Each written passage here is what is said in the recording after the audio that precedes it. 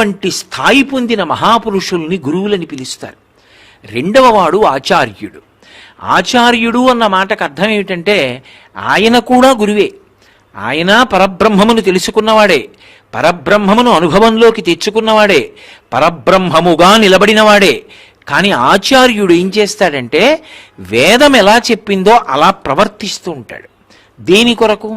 ఎందుకైనా ఆయన కట్టుపడడం? కట్టుపడకపోతే ఆయనకు వచ్చిన నష్టమేం లేదుగా, మరి ఎందుకు కట్టుపడడం అంటే అలా నియమపాలన ఎందుకు చేస్తాడంటే లోకానికి ఒక మార్గదర్శకత్వం వహించి లోకానికి ఒక దారి చూపిస్తాడు.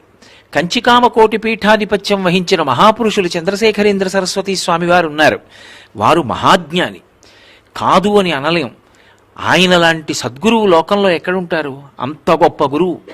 కానీ సన్యాసాశ్రమ నియమాల్ని ఎక్కడా ఒక్కటి కూడా విడిచిపెట్టకుండా పాలన చేసేవారు తప్ప ఆశ్రమ నియమాన్ని విడిచిపెట్టరు.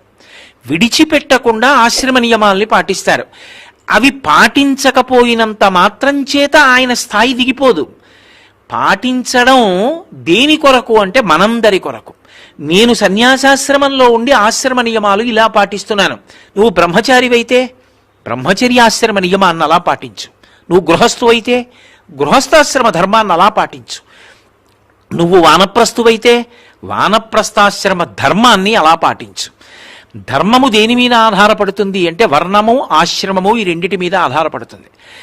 ధర్మమునకు ఆలంబనం ఆశ్రమం కాబట్టి ఆ ఆశ్రమ నియమాన్ని ఎలా పాటించాలో మనకి చెప్పడం కోసం వేదం ఎలా చెప్పిందో అలా ఎక్కడా ఒక్క విషయాన్ని తప్పకుండా జీవితంలో ఆచరించి చూపించిన గురుస్వరూపాలకి పేరు చివర బిరుదునామం కలుపుతారు, ఆచార్య అని.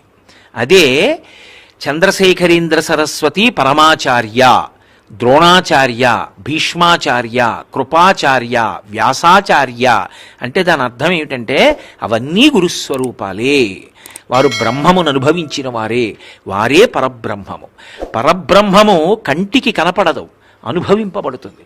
కానీ ఆ పరబ్రహ్మము కాళ్ళు చేతులతో మన ముందు కదిలిందనుకోండి, అదే గురువు. పరబ్రహ్మమే కళ్ళ ముందు నడుస్తుంది, ఈ మాంసనేత్రానికి దొరుకుతుంది, మాట్లాడితే తిరిగి జవాబు చెప్తుంది. అలా మనం ఎలా ఆచరించాలో, ఏది ఆచరించాలో మనకి అనుగ్రహ భాషణం చేస్తుంది. అటువంటి స్థాయి కలిగిన మహాపురుషుల్ని ఆచార్యుడు అంటారు.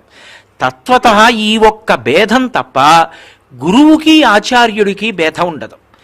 ఇద్దరూ రగిలిపోతున్నటువంటి జ్ఞానాగ్ని. అందుకే వాళ్ళిద్దరి గురించి మాట్లాడుతూ పరమశివుడు ఒక మాట అంటాడు, జ్ఞానానల ప్రభావేన తస్మై శ్రీ గురవై నమః అంటాడు. అది అగ్నిహోత్రం, దానికి పాపపుణ్యాలుండవు. ఒకప్పుడు రమణ మహర్షి దగ్గరికి ఒక వ్యక్తి వచ్చి నాకు చాలా భయంగా ఉందన్నాడు. దేనికని అడిగారు ఆయన. నేను చాలా పాపాలు చేశానన్నాడు. పాపాలు చేస్తే భయం ఎందుకు? కరుణార్ద్ర హృదయుడైనటువంటి భగవంతుడు ఉన్నాడు, ఆయనకి చెప్పు, క్షమిస్తాడు అన్నారు. కాదు, నాకు భయంగా ఉంది, నా పాపాలు నన్ను పీడిస్తాయని. అయితే ఏం చేయమంటావు? నా పాపాలు పోతే నాకు సంతోషం, ఓ పని చేస్తావా, నీ పాపాలు నాకు ధారపోసేస్తావా, పుచ్చేసుకుంటాను అన్నాడు. అంతకన్నా సంతోషమా, పుచ్చుకోండి, ధారపోసేస్తానన్నాడు. ధారపోసేయి, చేయి చాపారు. ఆయన సమంత్రకంగా ధారపోసేశాడు. నే చేసిన పాపరాశి అంతా ఈయనకి చెద్దుగాక, ఆయన పుచ్చేసుకున్నారు. ఇప్పుడు ఆయనకి ఏమైనా అవుతుంది అనుకుంటున్నారా మీరు?